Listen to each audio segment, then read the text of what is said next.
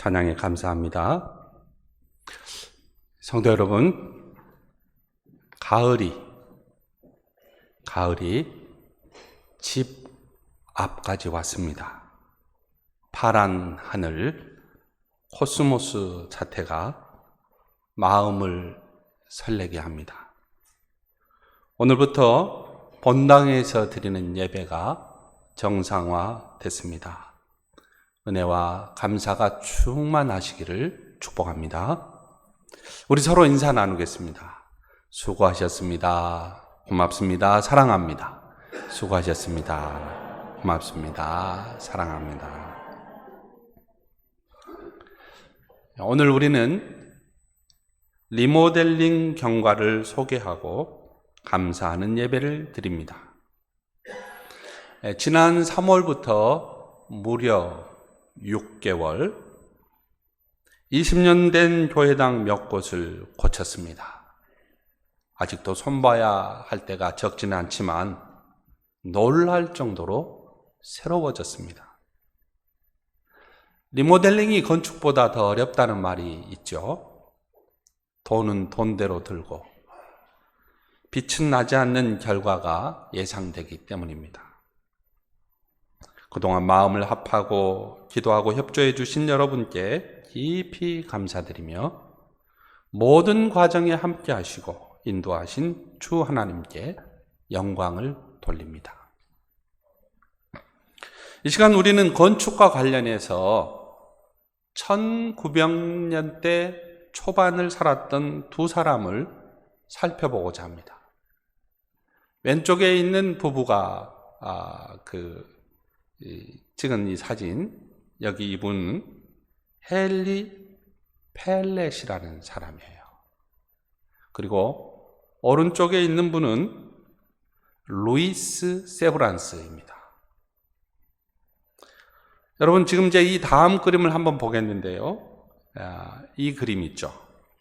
여기는 펠렛이 지은 건물입니다. 죽기 전에 꼭 한번 가봐야 할 곳 중에 한 곳이에요. 캐나다 토론토에 있는데요. 개인 주택이라고는 전혀 감이 가지 않는 중세의 어느 성 같지 않습니까? 펠렛은 나이아가라 폭포 수력 발전을 통해서 재벌이 된 사람입니다.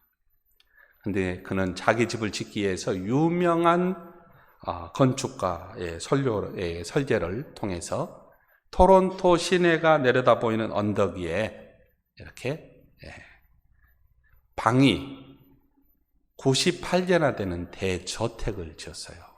그래서 여기를 언덕 위에 집해서 카사 로마라고 불립니다. 아마 다녀오신 분도 있을 거예요. 이 성은 3층 건물로 3년에 걸쳐 300명이 동원되어서 완성됐습니다. 그래서 333이라고 불리기도 해요. 그때 이 비용은 당시 350만 달러가 들었습니다. 집이 완성된 후 이 펠렛 가족은 여기서 겨우 10년 행복하게 살았어요. 곧 그의 재정 파탄으로 이 저택을 포기할 수밖에 없었습니다. 평생을 사랑하는 아내와 자녀들과 함께 자자손손 평화를 누리고 이곳에서 살고 싶었지만 딱 그만큼이었습니다. 인생살이가 자기 계획대로 되지 않았던 것이죠.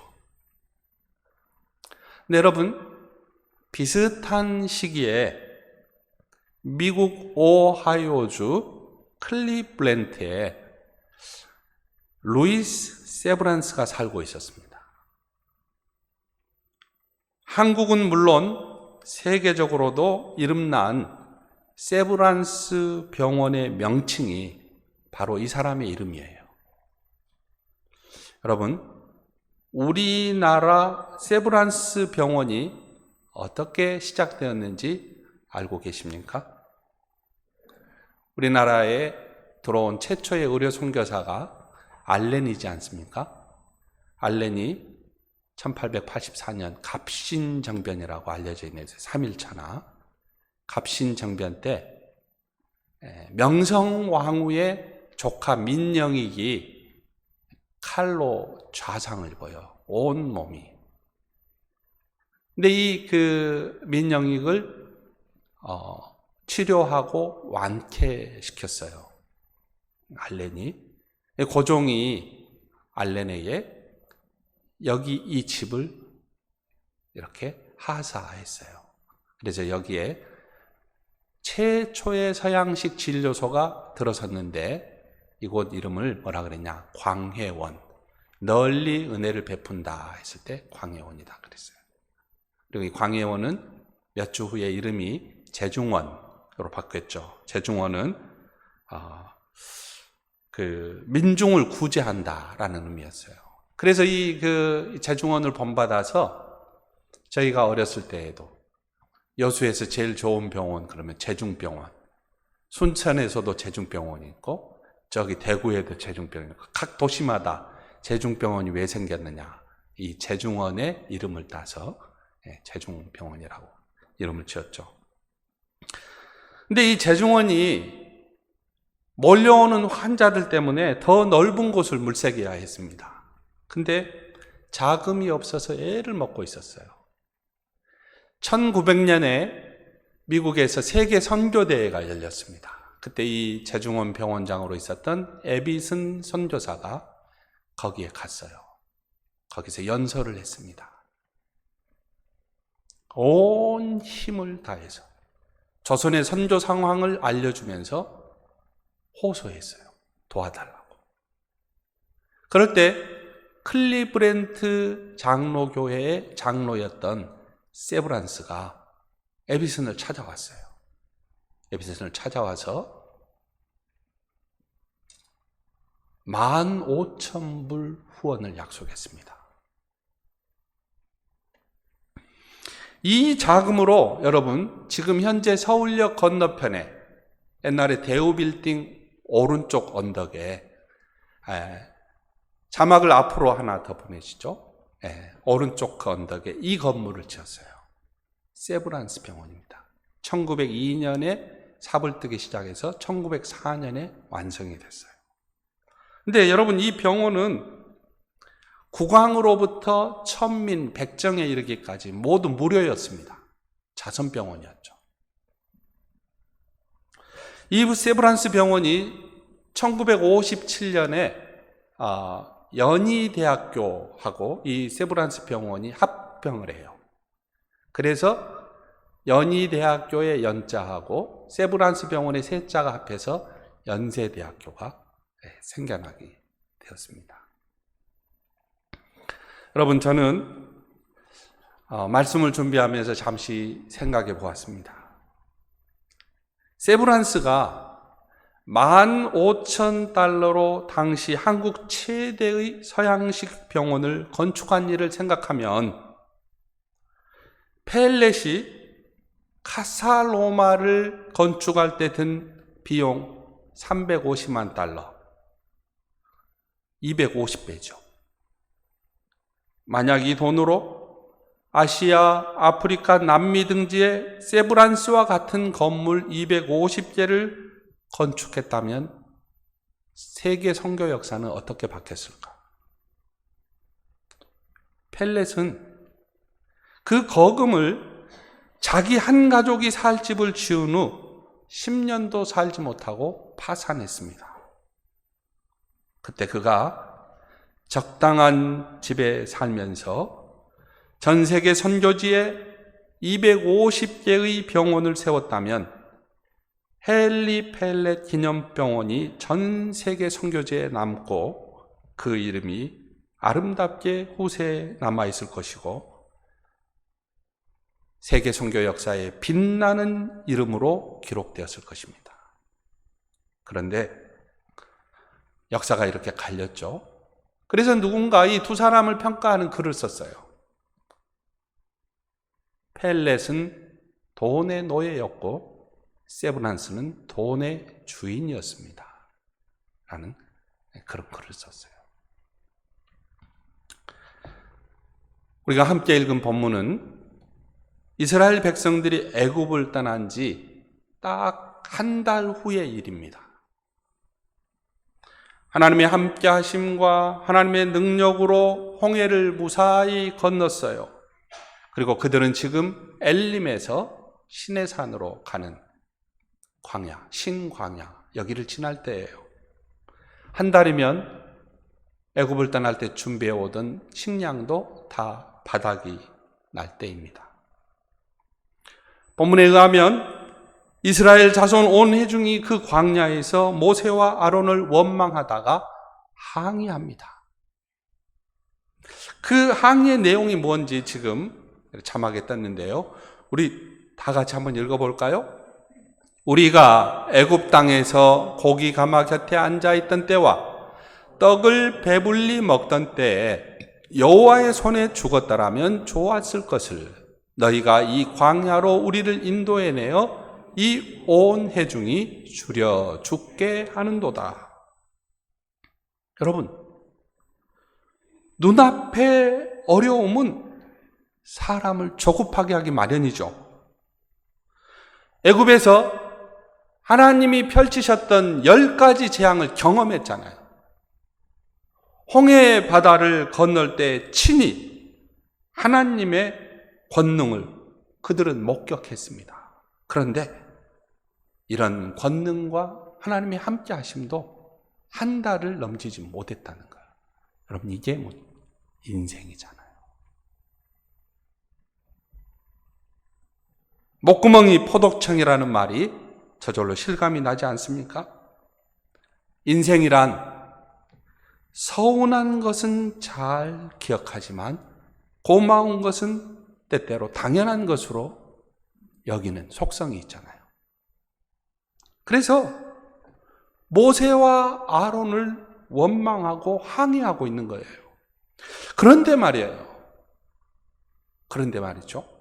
그들이 335 와서 항의하고 불평하는 게 아니었어요.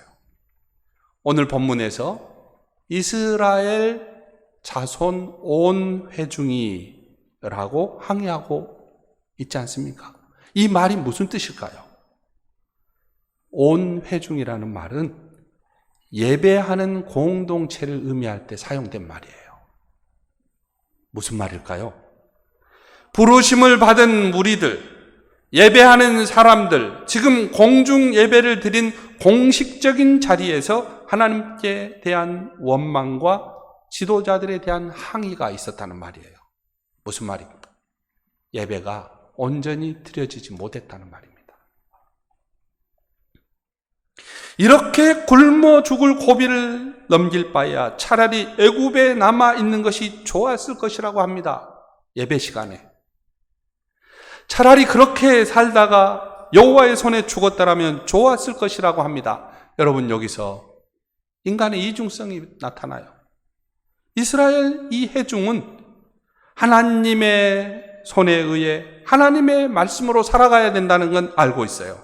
그러나 육신의 평안함이 손상을 입자, 먹거리가 제공되지 않자 하나님의 뜻에 개의치 않고 있습니다. 신앙생활은 아랑곳하지 않는 거예요. 그런데 말이죠, 여러분, 하나님은 여기에 어떻게 반응하고 계신가 하는 점이에요. 이렇게 공식적으로 예배드리면서 원망하고 불평하는 이들을 향해 하나님의 대응은 어떠냐는 겁니다. 하나님은 백성들이 불평할 때 들으셨어요. 모른 척하지 않았습니다. 꾸중하지 않았습니다. 하나님은 사람과 다르다는 사실을 증명해 보이신 거죠. 그리고 하나님은 모세를 통해 말씀합니다. 단계적으로 말씀하세요. 자막을 하나씩 볼까요? 너희 먹을 것을 하늘에서 비처럼 내려주겠다. 날마다 나가서 그날 먹을 만큼 거두어 드려라. 너희가 나의 지시를 따르는지 따르지 않든지 시험하여 보겠다. 6째 날에는 너희가 그 거둔 것을 준비할지니 날마다 거두던 것에 갑절이 되리라. 이게 하나님의 말씀이에요.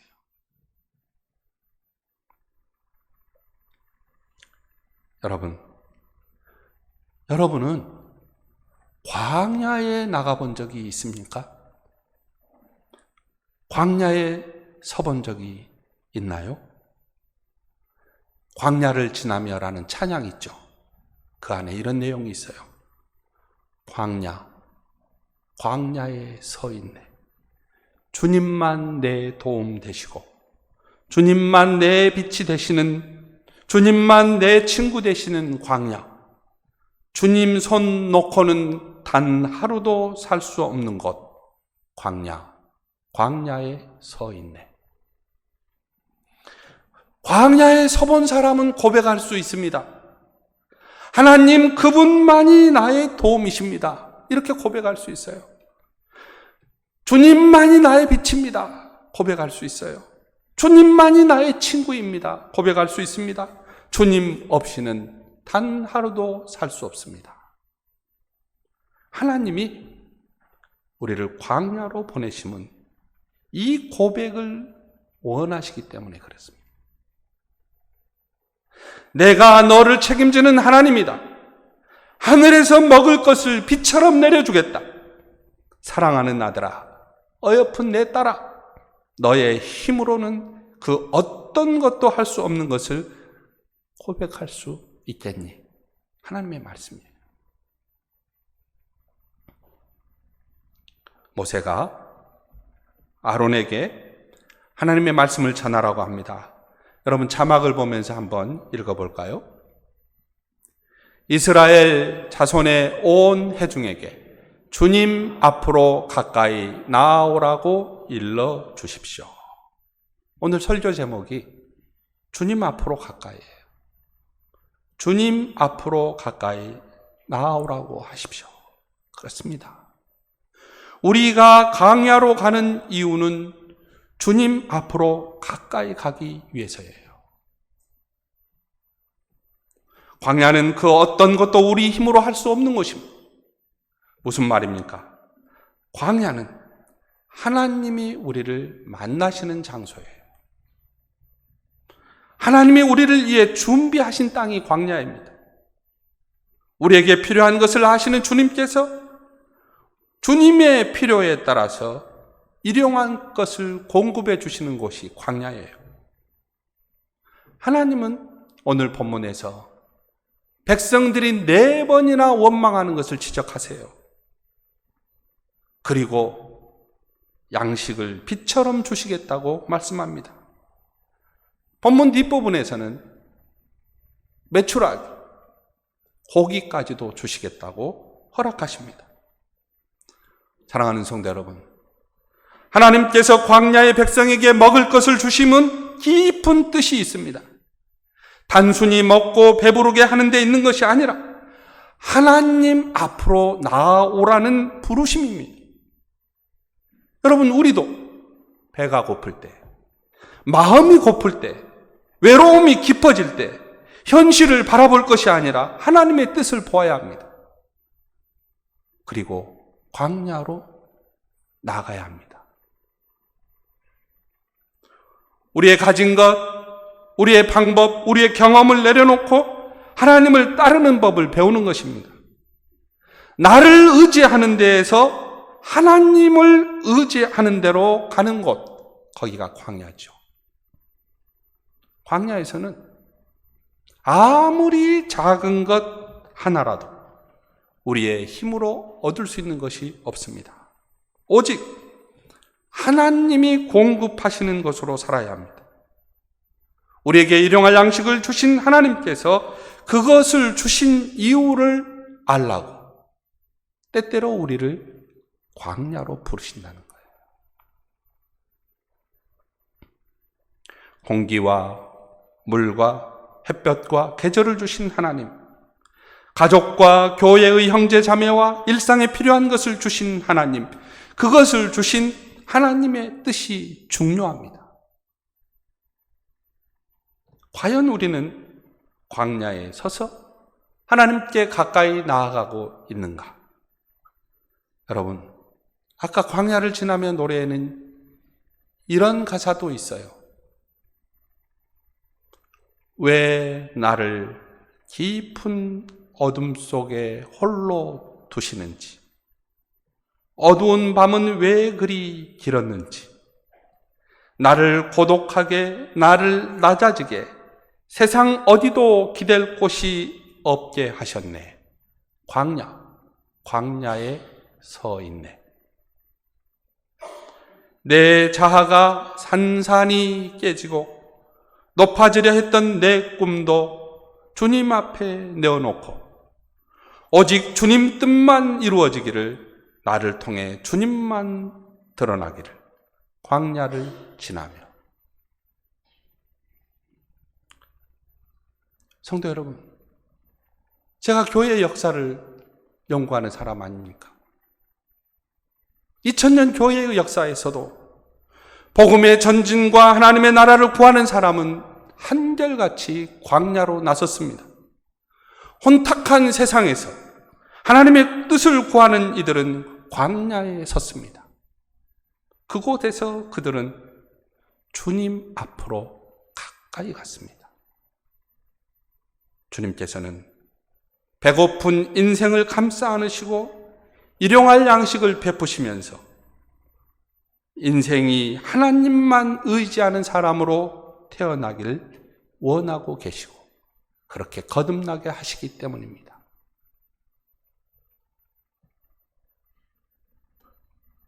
오늘 우리 교회 리모델링 과정을 인도하셨던 하나님께 모든 과정을 감사드리는 이때에 우리가 이 본문을 생각하는 뜻이 있습니다. 그동안 교회의 담장을 헐고 지역사회에 가까이 나아가고자 했던 우리의 마음까지도 하나님께 내려놓자는 것입니다. 우리가 무엇을 하겠다는 마음도 다 하나님 앞에 내려놓자는 것이에요. 우리 교회 이곳저곳이 좋아졌다는 생각에서도 자유하자는 것입니다. 다만 우리가 광야에 서 있길 원합니다. 성도 여러분, 우리 모두 하나님 앞으로 가까이 나아갑시다. 하나님께서 우리 교회를 통해 일하시기를 원하며 우리 모두 낮은 마음으로 하나님의 뜻을 구합시다. 우리는 하나님께서 주신 생명의 떡 예수 그리스도가 세상에 널리 알려지길 원할 뿐입니다. 예수님은 하나님의 뜻을 따라 살았고 우리에게 하나님의 뜻을 따라 살라고 말씀하십니다. 혹여 우리 가운데 애굽의 떡을 그리워하는 마음이 있다면 자신의 판단과 욕심을 우선적으로 생각한다면 이제 광야로 나아가야 하겠습니다. 그리고 생명의 떡 예수님, 이 예수님만이 지역사회에 충만하길 기도할 뿐입니다.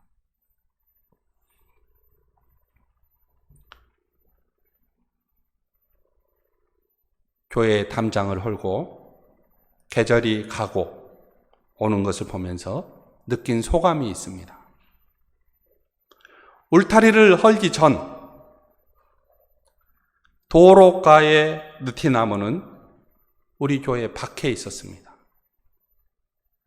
그런데 길가의 느티나무는 울타리 없는 우리 교회 마당에 우리 나무로, 우리 앞들의 나무로 어느새 다가와 있었어요. 우리가 주 하나님께 가까이 가면 우리 가운데 하나님의 나라가 이루어질 것을 믿습니다. 기도하겠습니다. 하나님 아버지,